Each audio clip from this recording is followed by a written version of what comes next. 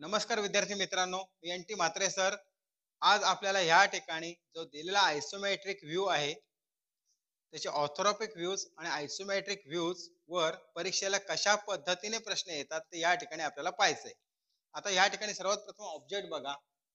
हा जो ऑब्जेक्ट दिलेला आहे या ऑब्जेक्टची लेंथ आहे 60 मिलीमीटर, हाईट आहे 40 मिलीमीटर आणि विड्थ आहे 40 millimetre. Length 60, height 40, width 40 millimetre. आता परीक्षेला कशा पद्धतीने प्रश्न येतात ते आपण या ठिकाणी पाहूया. Question number 1, what is the front view of plane F? What is the front view of plane F? आता ह्याच्यामध्ये प्लेन एफ कुठे आहे? हा ए प्लेन आहे, हा बी, सी, डी, ई आणि एफ. हा जो प्लेन आहे नीट पहा या ठिकाणी, याचा फ्रंट व्ह्यू म्हणजे ह्या दिशेने जर तुम्ही बघता तर हा जो प्लेन एफ आहे याचा फ्रंट व्ह्यू काय येईल? या ठिकाणी पर्याय काय दिलेले आहेत? स्क्वेअर म्हणजे चौरस, रेक्टँगल म्हणजे आयत, स्ट्रेट लाईन म्हणजे सरळ रेषा आणि सर्कल. आता ह्या ठिकाणी तुम्ही ऑब्जेक्ट बघा. हा जो प्लेन एफ आहे तो या ठिकाणी हा असा ऑब्जेक्ट आहे आणि ह्या ठिकाणी हा जो प्लेन एफ आहे. आता ह्या दिशेने तुम्ही पाहताय म्हणजे समोरून पाहताय, तेव्हा हा जो प्लेन आहे हा प्लेन या दिशेने बघितल्यावर तुम्ही 90 डिग्रीज टू फ्रंट प्लेन म्हणजे ह्या सगळ्या समोरच्या प्लेनला तुम्ही 90 अंशामध्ये बघताय. म्हणजे हा जो प्लेन आहे ह्या प्लेनचा फ्रंट व्ह्यू काय येईल? तर स्ट्रेट लाईन म्हणजेच सरळ रेषा. मग आता ह्या ठिकाणी चार पर्याय दिलेत: स्क्वेअर, रेक्टँगल, स्ट्रेट लाईन आणि सर्कल. तर पहिल्या प्रश्नाचं उत्तर आहे स्ट्रेट लाईन. झालं. सेकंड क्वेश्चन आहे, what is the front view of plane B? म्हणजे हा जो प्लेन बी या ठिकाणी दिलेला आहे याचा फ्रंट व्ह्यू, या दिशेने निरीक्षकाची दिशा आहे, फ्रंट व्ह्यू काय दिसेल? तर आता इथून इथपर्यंत हे डिस्टन्स जे आहे हे आहे 40 मिलीमीटर, हे डिस्टन्स आहे 30 मिलीमीटर, हे 40 मिलीमीटर आणि 30 म्हणजे 40 मिलीमीटर बाय 30 मिलीमीटरचा काय येणार आहे या ठिकाणी? तर आयत येणार आहे. What is the front view of plane B? इथे स्क्वेअर, रेक्टँगल, स्ट्रेट लाईन आणि ट्रायंगल. तर तो जो प्लेन बी आहे या प्लेन बी चा फ्रंट व्ह्यू जर पाहिला तर त्या ठिकाणी येणार आहे रेक्टँगल म्हणजे या ठिकाणी आपल्याला क्लिक करावं लागेल. then question number 3, what is the top view of plane B? आता हा जो प्लेन बी आहे याचा टॉप व्ह्यू म्हणजे वरच्या दिशेने पाहायचंय. या इथे लिहिले मी टॉप व्ह्यू. आता वरनं बघितल्यावर हा प्लेन बी कसा दिसणार? पुन्हा एकदा ऑब्जेक्ट बघा.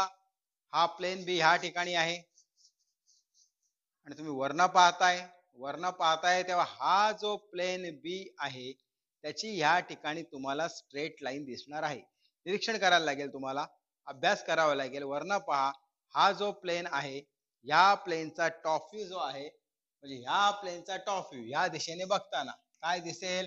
ही स्ट्रेट लाईन आणि हे डिस्टन्स किती असणार आहे? तर या ठिकाणी दिलेले 40 मिलीमीटर.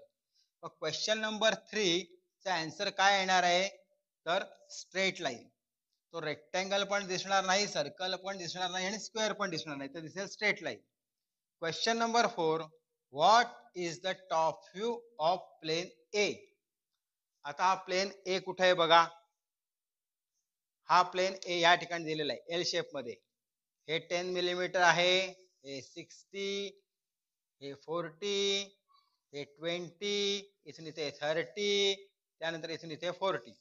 आता हा जो प्लेन आहे वरनं बघताय तुम्ही, हे निरीक्षकाची दिशा दिलेली आहे या ठिकाणी. वरनं बघता तुम्हाला असं कसं दिसेल?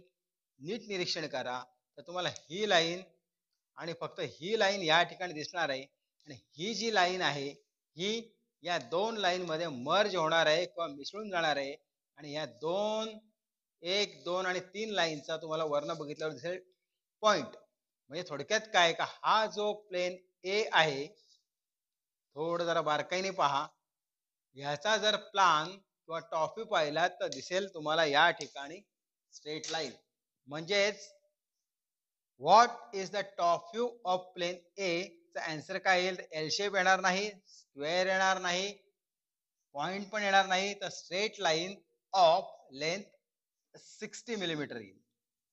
Then last question, what is the left hand side view of plane C. What is the left hand side of plane C. आता प्लेन सी कुठे आहे बघा, या ठिकाणी. हा असा बघताय कुठून, या दिशेने लेफ्ट हँड साइडनी. तुम्हाला अरे तो रेक्टँगल दिसतोय, रेक्टँगल दिसणार नाही या दिशेने बघत असताना. आता बघा पुन्हा एकदा तुम्हाला ऑब्जेक्ट दाखवतो. हा असा ऑब्जेक्ट, इकडून फ्रंट व्ह्यू बघताय, इकडून टॉप व्ह्यू बघताय आणि इकडून लेफ्ट हँड साइड व्ह्यू. हा जो प्लेन आहे प्लेन सी, आता मी तुम्हाला थोडं डायरेक्शन चेंज करून दाखवलेले आहे. हा जो प्लेन सी आहे, इकडून जेव्हा बघता तेव्हा हा जो रेक्टँगल आहे ना, या रेक्टँगलच्या बदली जेव्हा आपण याला 90 डिग्री मध्ये बघतो, ऑर्थोरॉपिक प्रोजेक्शन म्हणजेच परपेंडिक्युलर प्रोजेक्शन किंवा 90 अंशात पाहून काढलेला देखावा. हा जो प्लेन सी आहे, या प्लेन सी ची पण तुम्हाला दिसणार आहे स्ट्रेट लाईन. मग आता ते या ठिकाणी बघा, what is the left hand side of plane C. Straight line 30 millimetre, rectangle 40x30, इथे एल शेप दिलाय आणि स्ट्रेट लाईन 40 मिलीमीटर. पण जेव्हा आपण ह्या दिशेने बघतोय, हे डिस्टन्स आहे इथून इथपर्यंत 30 मिलीमीटर, म्हणजे फक्त आपल्याला एक लाईन दिसेल. मग ह्याचं उत्तर काय येणार, straight line of length 30 millimetre. 40 millimetre येणार नाही. 40 मिलीमीटर तुम्हाला इकडून दिसेल, पण जेव्हा लेफ्ट हँड साइडनी बघता तेव्हा हा जो प्लेन आहे याची तुम्हाला दिसणार आहे स्ट्रेट लाईन, आणि त्या स्ट्रेट लाईनचा डिस्टन्स असणार आहे 30 मिलीमीटर.